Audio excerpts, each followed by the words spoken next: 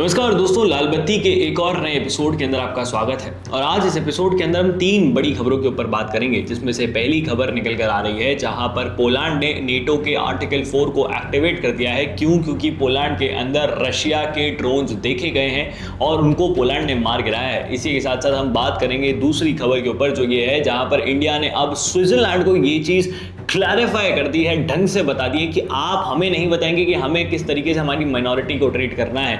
और तीसरी खबर की तरफ बढ़ेंगे जहां पे बात करेंगे चार्ली कर्क के ऊपर कि किस प्रकार उनकी मृत्यु हुई, ये पॉलिटिकल असैसिनेशन क्यों किया गया, कौन है चार्ली कर्क, इन सब चीज़ों के ऊपर हम बात करेंगे।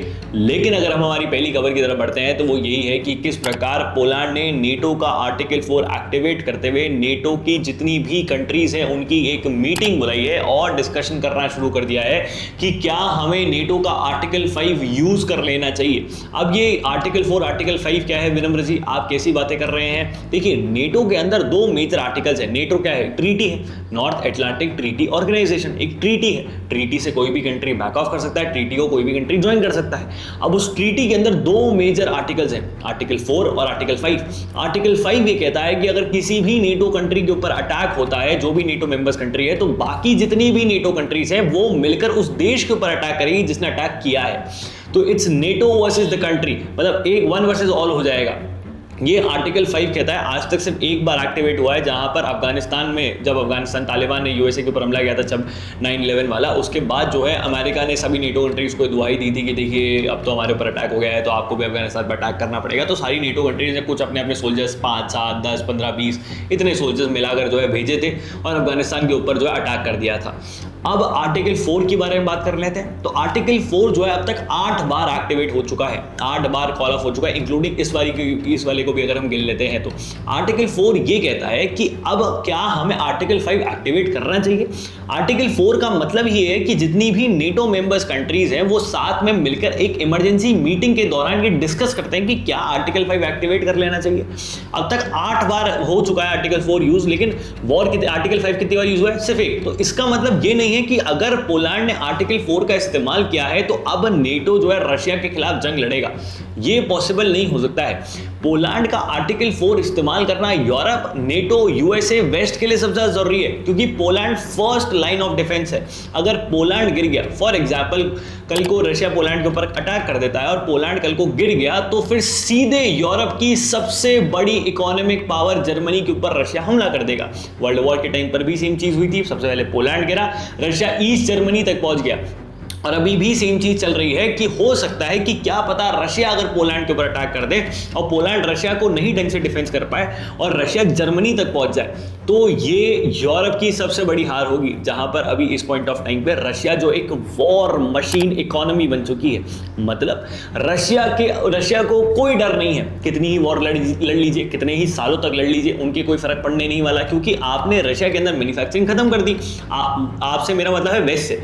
उन्होंने जो है वहां पर रशिया के अंदर जितने भी अपने जो कंपनीज थे, जितनी भी उनकी फैक्ट्रीज थी, वो सब बंद कर दी, हजारों तरह के तो सैंक्शंस लगा दिए। तो रशिया की इकोनॉमी सर्वाइव किस पे कर रही है? वॉर के ऊपर। रशिया के जो स्किल्ड लेबर्स हैं वो तो कंट्री छोड़ के जा रहे हैं, लेकिन जो वॉर लड़ सकते हैं रशिया उनको पैसा दे रहा है। तो रशियन इकोनॉमी अब एक वॉर इकोनॉमी बन चुकी है, जहां पर उनके नेता खुद कहते हैं कि हम दशकों तक ये वॉर लड़ने के लिए रेडी हैं, वो कॉम्प्रोमाइज नहीं करने वाले।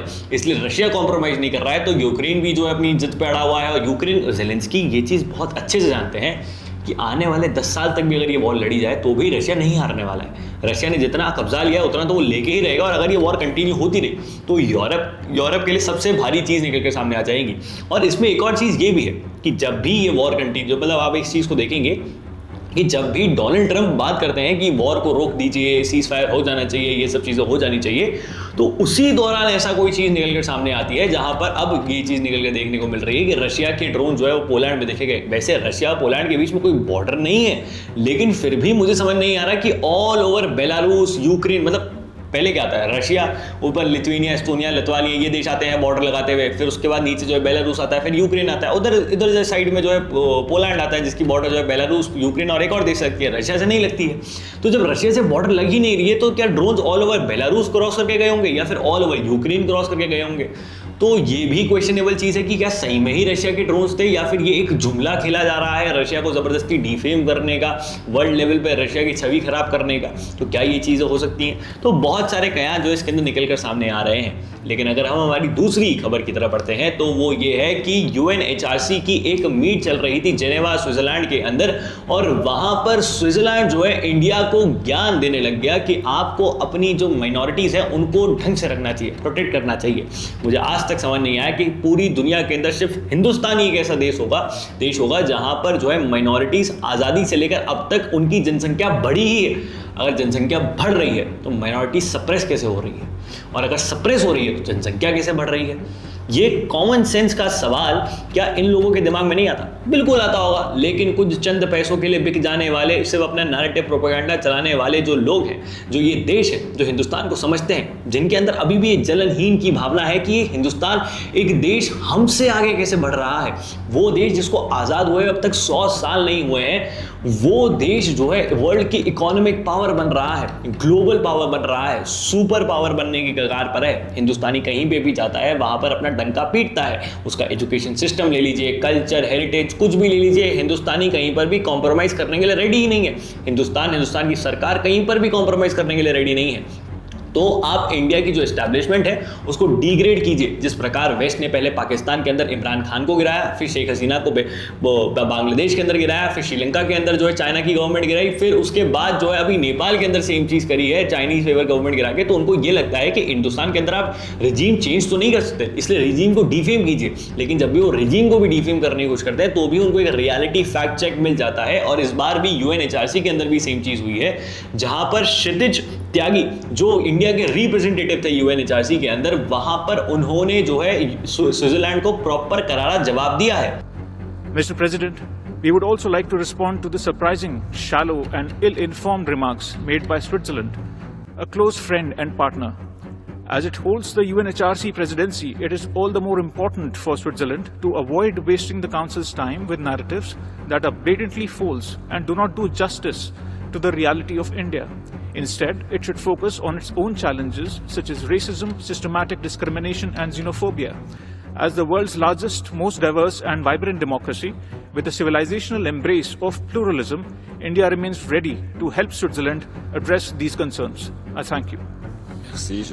और इस जवाब के अंदर भी क्षितिज त्यागी जी ने क्लियरली स्टेट किया है कि किस प्रकार राइजिंग रेसिज्म, इनफैक्ट जेनोफोबिया और जो डिस्क्रिमिनेशन चल रहा है माइग्रेंट्स और माइनॉरिटीज के अगेंस्ट में स्विट्जरलैंड में, उनको वो चीज़ सोचने की ज़रूरत है, समझने की ज़रूरत है। और अगर उनसे वो चीज़ नहीं हो रही है तो वो हिंदुस्तान से सीख सकते हैं कि किस प्रकार इस पर काम किया जाता है। मतलब पहले तो वो नहीं होता कि आपने थप्पड़ मार लिए हैं, बढ़िया एकदम पिटाई विटाई कर लिया है, सब कुछ हो गया है, फिर आप ही बैंडेज लाके दे रहे हैं कि ये लीजिए, लगा भी लीजिए।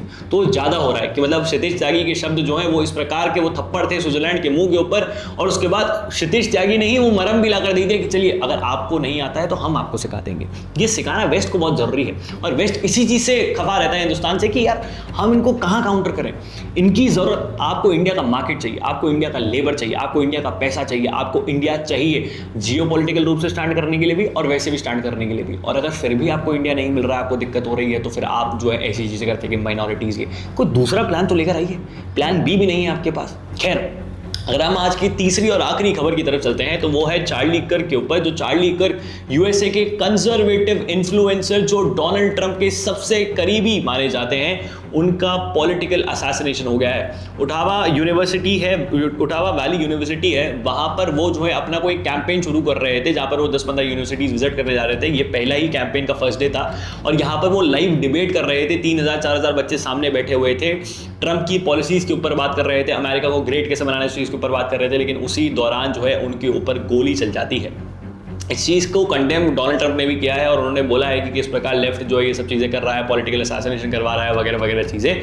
लेकिन अगर हम इस चीज़ को एक लार्जर पॉइंट ऑफ व्यू से देखें तो अमेरिका के अंदर पॉलिटिकल असैसिनेशन एक नॉर्मल रिचुअल सा बन गया है। हमने पास्ट में भी देखा है कि किस प्रकार पॉलिटिकल असैसिनेशन हुआ है, डोनाल्ड ट्रंप पर भी किया गया था और अब ये चार्ली कर्क के ऊपर भी सेम चीज़ हुई है। ये इसके विक्टिम बन चुके हैं, अब ये इस दुनिया के अंदर हमारे बीच मौजूद नहीं है। तो ये चीज़ दर्शा देता है कि किस प्रकार अमेरिका के अंदर ये जो गन कल्चर है, ये जो बंदूकें चलाने का शौक है, ये सिर्फ स्कूल के बच्चों तक ही सीमित नहीं रह गया, ये पॉलिटिशियंस के ऊपर भी हावी होता जा रहा है कि वो अब सिक्योर्ड ही नहीं है। तो मुझे तो अब तक समझ नहीं आ रहा कि किस प्रकार एक ऐसा देश जहां पर एक राजनेता या फिर एक ऐसा व्यक्ति जो उस देश के राष्ट्रपति के सबसे क्लोज अलाइज दोस्तों में से माना जाता है वो ही सुरक्षित नहीं है, तो मासूम जनता की तो क्या ही भगत होगी। इसके साथ साथ ही अगर हम देखें तो चार्ली कर्क जो है वो एक ऑर्गेनाइजेशन है टर्निंग पॉइंट यूएसए, उसके भी फाउंडर है। वहां पर भी वो डोनाल्ड ट्रंप की ही जितनी भी सारी चीजें हैं उन सब के ऊपर ही बात करते हैं और एक कंजर्वेटिव इन्फ्लुएंसर है। तो यही इनके बारे में एक चीज थी और आपको एक खबर बताने के पीछे का मोटिव ही ये था कि अमेरिका को जो हम सुपर पावर माने बैठे हैं ना, वहां पर अगर नेता ही सुरक्षित नहीं है, नेता के सबसे करीबी लोग ही सुरक्षित नहीं है, तो देश कैसे सुपर पावर हो सकता है। खैर हिंदुस्तानी भी चार्ली कर्क की मृत्यु पे बहुत ज़्यादा दुखी थे, जैसे कि वो तो हिंदुस्तान की इकोनॉमी में बहुत ज़्यादा कंट्रीब्यूट कर रहे थे, लेकिन जो व्यक्ति चला गया वो चला गया, उनके लिए सही में श्रद्धांजलि तो है ही कि वो जो भी व्यक्ति थे, सारी जो भी काम उन्होंने किया अपने देश को महान बनाने के लिए वो करते। ऐसी सोच अब उनको हिटलर की आइडियोलॉजी से भी कंपेयर किया जाता है कि वो हिटलर की आइडियोलॉजी के हैं, ये है वो है, तो ये सब चीज़ें हैं। लेकिन आपकी इन तमाम तीनों खबरों के ऊपर क्या राय है नीचे कमेंट बॉक्स में लिख के बताइएगा। इस वीडियो को शेयर करें, ज़्यादा लोगों तक पहुँचाएं। जय हिंद, जय भारत, भारत माता की जय, पानी बचाएं।